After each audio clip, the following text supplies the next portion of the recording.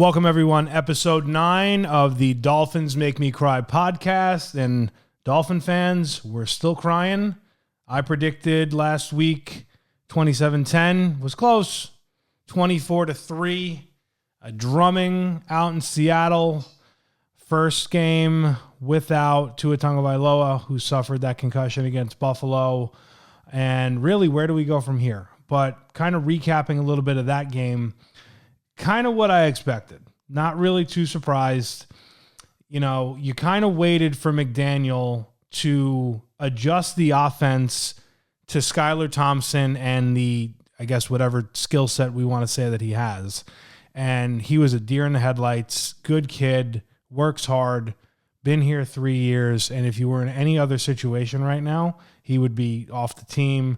He ends up getting 2, pretty hellacious sacks. He had, a massive hit on just a terrible decision that he made at the end of the first half where he's rolling out trying to make a play, and Jalen Waddle runs out of bounds on it, which made no sense.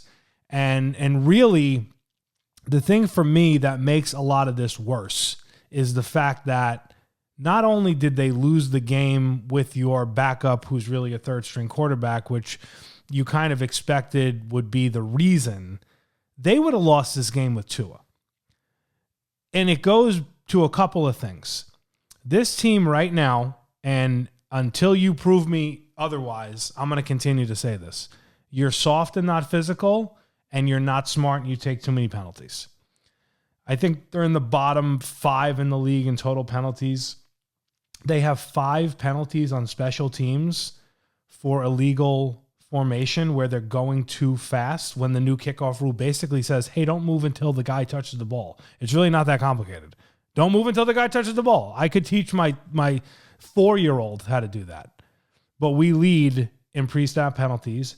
Goes back to the fact that you probably should have fired your special teams coach, who did a terrible job last year. But I was screaming that last year, so I digress. But the problem right now with this team, sadly, the starting quarterback is probably the third rung on the totem pole, which is really comical.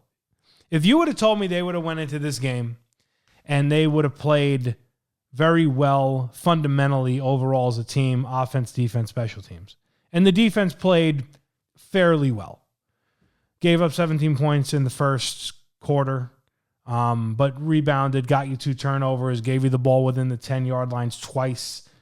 If you would have told me they lost the game based on flat out Skylar Thompson was doing things in the realm of the offense that was set up for him, and he threw a big pick and you lost the game and it was a close game and you played really well and you did the little things right that kept you in the game, and everybody elevated their game knowing they were playing with a backup quarterback. If you would have told me that, I would have walked away going into this week and moving forward as we now have another 3 games without Tua, I would have felt a lot better about it.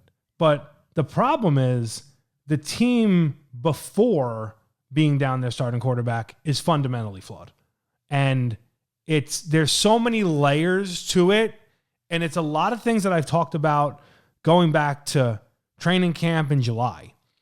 They lost the game last week in the offseason when they didn't have enough foresight to say, we need to get a veteran backup quarterback to back up Tua, and let's not fall in love with the fact that he played 18 games last year. Let's understand the fact that he had the multiple concussions 2 years ago. He had an amazing year last year. Nobody's saying go get a quarterback to replace him. But I'm going to give you a couple of scenarios, right? Right now, the Minnesota Vikings have their number 1 pick quarterback go out. They went out, they got Sam Darnold, a guy who, in the league, teams give up on players, quarterbacks specifically, and they usually do it too quickly. They have terrible seasons to get these quarterbacks, and then they give them 5 minutes to be successful. They put them with no talent, and then they wonder why they're not successful. So Sam Darnold, not successful on the Jets. Now he's in this situation, gets thrust into the mix. Now he's a day one starter. But the reality is the Vikings had foresight to say, let's get a guy who's a veteran, who's been around the block. And if our rookie, forget getting hurt, if our rookie quarterback is not able to handle it at any point, we have a guy we can go to and we don't have to say the hell with the season. And they're 3-0. And Geno Smith, the guy you played last week, Jets gave up on him. He's a pretty damn good quarterback right now. And he's gotten to the playoffs. They win games. He's efficient. He's learned. He's developed. The Dolphins have no foresight. The Steelers, 3-0. What did they do in the offseason?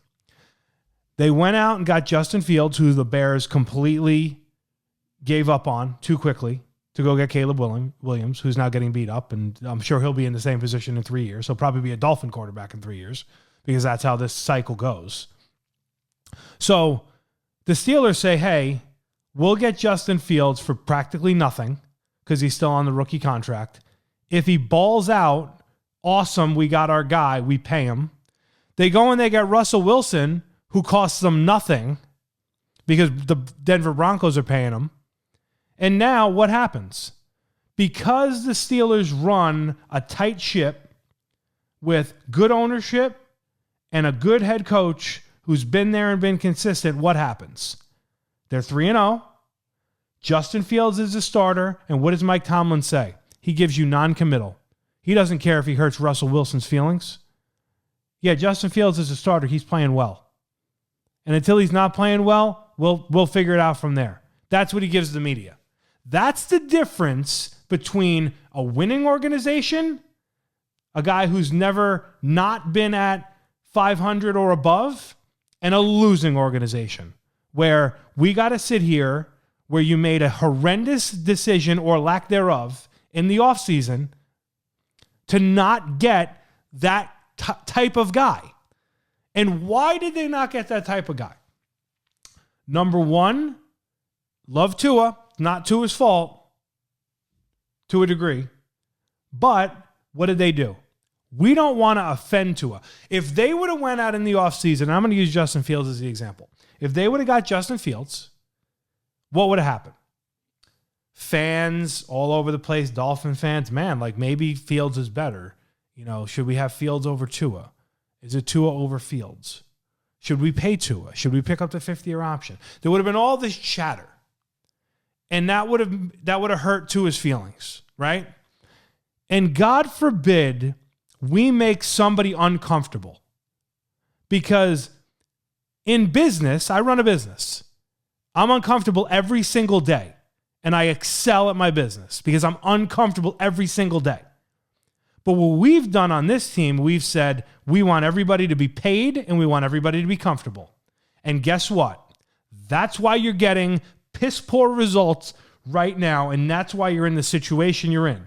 Because let's say they would have got Justin Fields, and whether or not they did the 50-year option for Tua or they paid him, let's say they did that. Then what would have happened was you would have pushed Tua. And I'm not saying Tua doesn't push himself, but human nature says if I have competition, and I don't even think getting him would have been quote unquote competition, but it would have been a guy who you would have been like, he was like a top pick. And if I don't play well, they got a contingency. And I'm not even saying they should have got him for that. They should have got him for last week's game, for Monday night's game, for next week's game in New England, for then the bye week, and then the game in Indianapolis. That's why you would have got Justin Fields, because you would have been able to say, we're going to have a competent guy who can come in and who can keep us at 500, who can get us to where the season isn't over. And it's terrible foresight, and I throw it completely on Greer and McDaniel because they want this kumbaya, we love everybody, everybody feels great and comfortable. And you know what was interesting this week? Jordan Poyer's wife came out and said, and again, it's a wife, so you take it with a grain of salt, how soft they are. And she's right. 1,000%. He came from Buffalo, a team that right now, basically with, I don't want to say nobodies, but what did they do? They got rid of top flight talent. They backfilled it with draft picks. They backfilled it with other guys. And what are they doing? They're 3-0, probably be 4-0. They might as well hand him the division unless there's some sort of to a miracle. Obviously, it's early in the season. But to me, it's laughable that they allowed this to go on. And I said it in July. We all said it watching training camp. The media down here said it very straightforward. We see Mike White, we see Skylar Thompson. They're basically third strings. Who's the second string? Who's the emergency? And now we sit in this situation in week 4 when you're 1-2, and literally you want to talk about the must win that saves the season. This is it, Dolphin fans. Right now, Monday night, against an 0-3 team, and you got Tyler Snoop Dogg Huntley, who's starting, and some Dolphin fans, they're excited. He can run, he can this, he can that. I'll give them a little bit of credit. At the last minute, they went on, whatever. You want to say they got the best thing available? I don't know. I'm not going to put crazy stock in a guy who, quote unquote, was a Pro Bowler because 5 Pro Bowlers didn't make the Pro Bowl. And then now he's on the Ravens practice squad, and we think he's going to save the day. And the reality is, he'll probably come in and do some good things because he can run and he's the most mobile Dolphin quarterback, and forget it. I mean, I couldn't even name one because it's never been their game. But now that's the situation that we're in. So you lost that game in the offseason. So now let's go to the coaching. Mike McDaniel, to me, I like Mike McDaniel. Everything I ever say on this, I've met some of these people. I like these people. I don't know all these people. Do I think they're good people? Yes. But from a football perspective, Mike McDaniel and the offensive genius that we all hear about, you're not an offensive genius, bro. You can throw the ball deep to Tyreek and Waddle. Yippee. I could do that. But can you formulate game plan when the things are not wonderful and it's not 100 degrees and sunny and beautiful out? The biggest, and I've said it forever, going back, look at the Steelers, Ravens, teams that win, is the physicality. Now your line's getting beat up. Armstead's out Monday night, concussion. He got poked in the eye. He got a concussion. I mean, I feel bad for this dude. He's a hard-working player, but good Lord, he must have just the worst luck, and he's got the Dolphin curse, but he had it before he got here. So now he's out. Good luck. The offensive line in general is middling at best. Everything I said last week to a friend of mine, over 5 sacks for Thompson, and boom, there you go. And really, that's the difference with him and Tua. Tua's going to get the ball out. Doesn't mean it's always going to be accurate. He's going to get the ball out, but he knows the line he plays behind. They're not that good. They're not that physical. They have their nuances here and there, outside zone running. Last week they ran for 60 yards. Not to say 60 yards is a big deal, but they had some good runs. But then again, what happens? It becomes this, all right, we ran it well for 2 plays. Let's throw it 4 in a row. And then we can get the ball to nobody. It's just, there's no flow to the offense. Like Mike McDaniel, I've yet to understand and see a game that he wasn't, throwing a bomb to Tyreek to get a lead where there was this complimentary football. You lost the game, the opening kickoff, in a league where now in the new kickoff rule, 80% of the kickoffs are going for touchbacks, and we just keep it simple. We kick the ball out of the end zone. We give them the ball. We line up. We play defense. You're on the road. You take the crowd out of the game. So what happens? Our idiot kicker and our idiot special teams coach, they kick it short. What happens? They get a good return, not a massive return, but a good return. And what happens? The crowd's in it. The offense. What happens? They go on and they get off to a lead. The defense has some breakdowns, and now you're behind the 8 ball. Like little things. Here's another little thing. Mike McDaniel, 57-yard field goal attempt on the road. Why? Oh, I know why. Because you have horrendous short yardage play calling, and you can barely ever get a yard. One of the only teams with a fullback that can't get a yard, which is comical. I would have rather seen him punt it instead of taking a 57-yard field goal. But God forbid we would actually put our, above average defense in a good position. God forbid. So now what happens? 57-yarder, you miss it, you give them great field position, boom, play later, touchdown, 7-0. That is like textbook, I don't get complimentary football.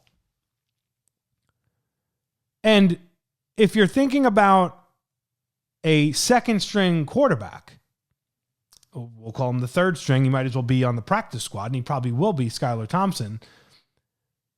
You didn't do the guy any favors. You ran the same game plan you'd run with Tua. Newsflash, he ain't Tua. I don't know if you noticed. I don't know what you're watching. He hasn't played like that in 3 years. I don't know. Anybody who picked the Dolphins last week, you must be on drugs, because there was zero shot they were winning that game. Zero. If you had a smidge of a shot, it would have been because you would have adjusted your game plan and you would have actually played complimentary football. But here's the problem with Mike McDaniel. You, my friend, I like you. Seem like a great guy. You don't fucking learn. Ever. You don't learn. It's the same shit that we've watched for 3 years. The problem is the talent has been so good that it saved your ass. The deep ball, it saved your ass. And I'm not saying, again, last year I wasn't screaming, hey, it's Mike McDaniel's fault when they're, reeling off wins and leading the league and passing and all that stuff. But the reality is there was a lot of stuff that was masked for you and the reason that you were winning. And right now that shit is coming to the forefront, and it's the reason that you're losing. And not only is that a bigger blaring issue right now, but it's even more blaring because now you have major warts, obviously your starting quarterback, that you need to mask. And you're not doing it from a game plan perspective. All right, now I'm fired up. So, looking at Monday Night Football, good God, couldn't they have just flexed this game to Sunday at 1? I'll tell you what, the Dolphins are notorious for doing this. They have one good year where they're decent, and then the next year, they're so good, let's put them on primetime.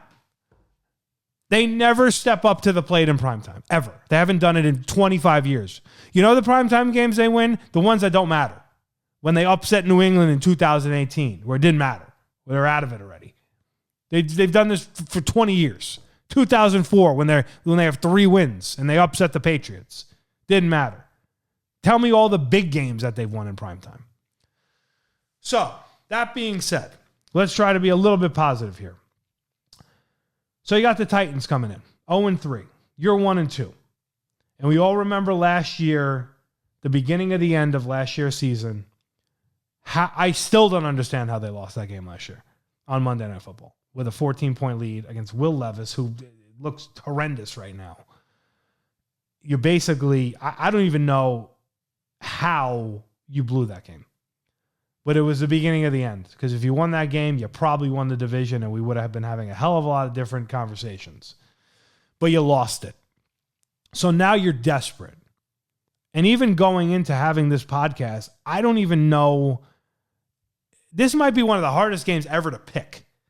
We got an over-under of 37. I mean, I'm going to give you a spoiler. Take the under. You got the 0-3 Titans. You got Will Levis, who's been a turnover machine. You have an underachieving Titans team who I think, I'm actually kind of shocked they're 0-3 because they did a lot in the offseason, and you saw a lot of them last year. I think there's probably a Will Levis problem and a coaching problem. But now, from a Dolphin perspective, what are you going to do? So injury report, Fuller at cornerback out. It just came out. Armstead, like I said, is out. David Long Jr. is doubtful. That's a big loss. You figure he's not going to play at linebacker. He's been playing very well, and he's been the conduit of whatever you want to call that they've stopped the run games, which they haven't.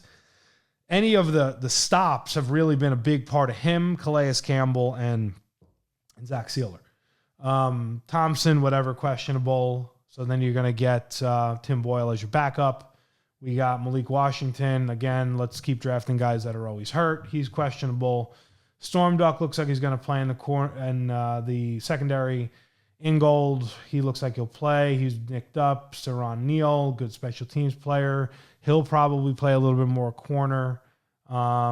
Phillips, he looks like he's good to go. And interesting here, you got Tyreek Hill, was limited in Friday participation. Looks probably more like rest. Titans don't have anything crazy.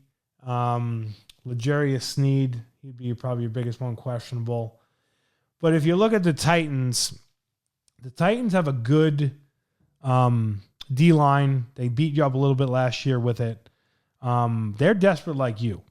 And we got two desperate dogs, in the ring here.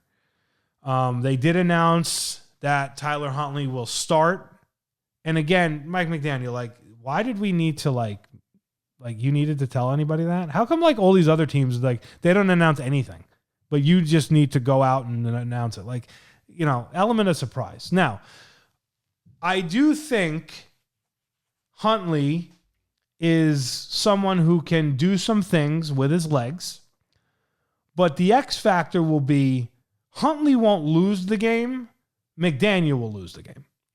Because McDaniel, if he doesn't put Huntley in the right positions and he doesn't come up with things that are going to get the ball in playmakers' hands, and he doesn't get a decent semblance of a run game, a respectable run game, he'll have no shot. He'll run around. They'll contain. He might break some, but at the end of the day, if you can't make some plays and score some big boy points, it's going to be very tough. Now, Levis has played very poorly. I don't anticipate. It's one of those things, some of these guys, when they play 2 to 3 games and it's just they become turnover machines, they kind of learn their lesson, right? You're not going to expect that forever. I don't love the injuries for the Dolphins because I think it definitely hurts some key positions that they're going to have, particularly Armstead being out, the cornerback situation. A lot of those guys are banged up. Fuller obviously out. I think that's going to hurt. This is a very, very tough game to pick. What you want to see is, and I have to see it first, is can they as a team get rid of some of this nonsense, the special teams penalties, holdings on Julian Hill, who had 3 penalties in the Seahawks game, who's a very good blocker, and that's why he stayed in the game. But things like that goes back to accountability. Get him out of the game, bro. He had 3 holding penalties, and I like him, and I think he's got ability. He has to get out of the game. He's basically losing you the game, but you're like, hey, let's leave him in there because he's a good blocker. Take him out, sit him down, teach him a lesson. He plays next week. I don't understand why there isn't that. Everybody that wants to complain about the Brian Flores era, and I get it. He had flaws, issues with Tua, couldn't get a good coaching staff, had the Belichick mentality. But the Belichick mentality, I'll take it because you became one of the least penalized teams in the league, and you won a hell of a lot of games with a hell of a lot less talent than Mike McDaniel has right now. Mike McDaniel's playing with an all-star team that he doesn't know how to get the most out of because there's not accountability. You hope some accountability comes out of this roster because now it's getting to the point of if you go to 1-3 and we got 2 more games without Tua, albeit both road games, Patriots by Colts, if we go into that, if you're 1-3, we got 2 desperation road games, which, they are what they are, with a backup. This is a must win. So, all that taken into account, as fired up and pissed off as I am, because this team needs to play better, and the leaders on this team need to play better. All that being said,